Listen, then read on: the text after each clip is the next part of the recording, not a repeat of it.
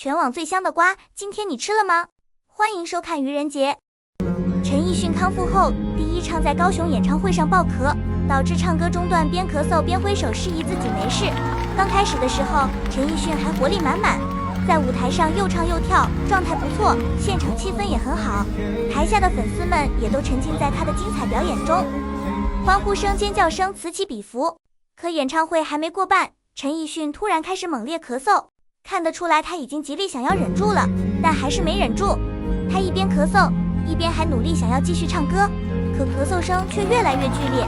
没办法，他只能暂时叫停演唱会，匆匆跑去后台喝水润喉。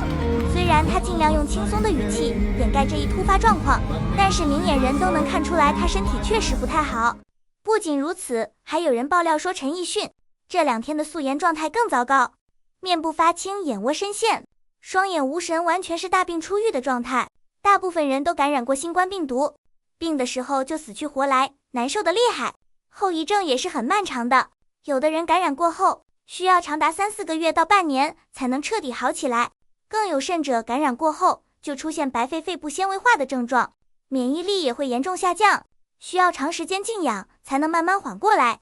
陈奕迅15日宣布自己感染新冠，满打满算也就休息了5-6天，就马不停蹄地去筹备演唱会了。这期间，他不仅要排练舞蹈、熟悉歌曲，还要应对各种演唱会的准备工作，休息时间就那么一点点，年轻人都恢复不过来，更何况陈奕迅了。陈奕迅岁数不小了，而且之前生病还有后遗症，他这么拼命的工作，再这么熬下去的话，怕是真的会对身体造成不可抗的伤害。演唱会本身就挺消耗精力的，而且他今年好像签了好几场，高雄结束之后还有海口和北京，排期很近，同时还得处理其他工作休息，是别想了。接下来1-2个月时间，估计都得连轴转。他这身体确实有点让人担忧啊。好好 embrace what's happening now， 现在